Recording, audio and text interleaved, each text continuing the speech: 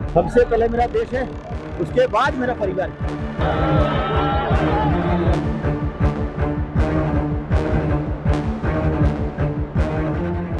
इस सैनिक का ना तो कोई धर्म होता है, ना तो कोई जात होता है, किसी में दम है।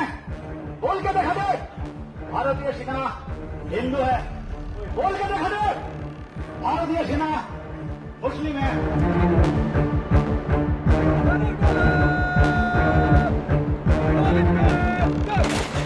कश्मीर में पहलगाम में हिंदुओं को चुन चुन के मारा गया। उसी हिंदू भाइयों का बदली लेने के लिए मेरे भाई झंडू अली शेख कितनी नाडर लीडर था, उसने अपना जान की परवाह करते हुए सबसे आगे लीडिंग किया। बाकी ऊपर वाले के जो मंजूर था वही हुआ। एक सैनिक का ना तो कोई धर्म होता है और ना ही कोई जाति। किसी में दम है तो बोलकर दिखा दे कि भारतीय सेना हिंदू है या मुस्लिम। भारतीय सेना में सूबेदार रफीकुल शेख ने अपने शहीद भाई झंटू अली शेख के नमाज जनाजा में यह दिलों को छू लेने वाली बात कही। बोले, भाई आज दुनिया में नहीं रहा, उसकी जगह कोई नहीं ले सकता, लेकिन उससे भी ज्यादा गर्व है कि मेरा भाई देश के लिए अपनी जान की आहुति दिया है। उनकी यह झकझोर देने वाली स्पीच सोशल मीडिया पर जमकर वायरल हो रही है। लोग शहीद जवान और उनके परिवार की देशभक्ति वाली सोच को सलाम कर रहे हैं। पहले आप उनकी ये पूरी स्पीच सुनिए, फिर हम आपको शहीद झंटू अली शेख के बारे में बताएंगे कि कैसे उन्होंने देश के लिए अपनी शहादत दे दी। इस सैनिक का ना तो कोई धर्म होता है, ना तो कोई जात होता है।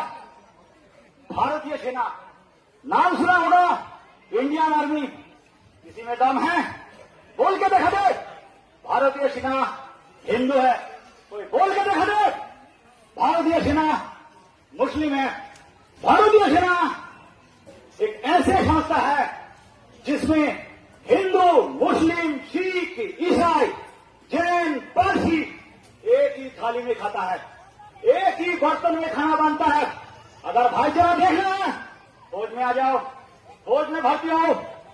भाई आज दुनिया में नहीं रहा, इसकी जगह कोई पूरा नहीं कर सकता। इसकी जो भरपाई, इसकी जो फैमिली, इसकी जो बच्चे की भरपाई कोई नहीं कर सकता।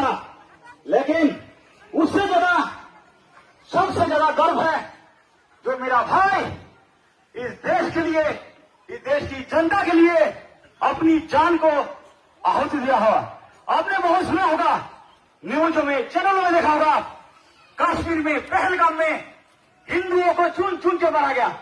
उसी हिंदू भाइयों का बदली लेने के लिए मेरे भाई झंडू अली शेख, जब उसको सूचना मिला बसंतगंज की वादियों में, जंगलों में दुश्मन छुपा हुआ है, भाई को ऑर्डर मिला। भाई ने एक टुकड़ी, छोटा सा टुकड़ी, जिसको इन्फेंट्री में बोलता है सेक्शन, जिसमें 10-15 का टुकड़ी होता, भाई का रहन था हवलदार, जो कि सेक्शन का कमांडर होता है, जो कि कमांडर हमेशा लीड नहीं करता, वो गाइड करता है।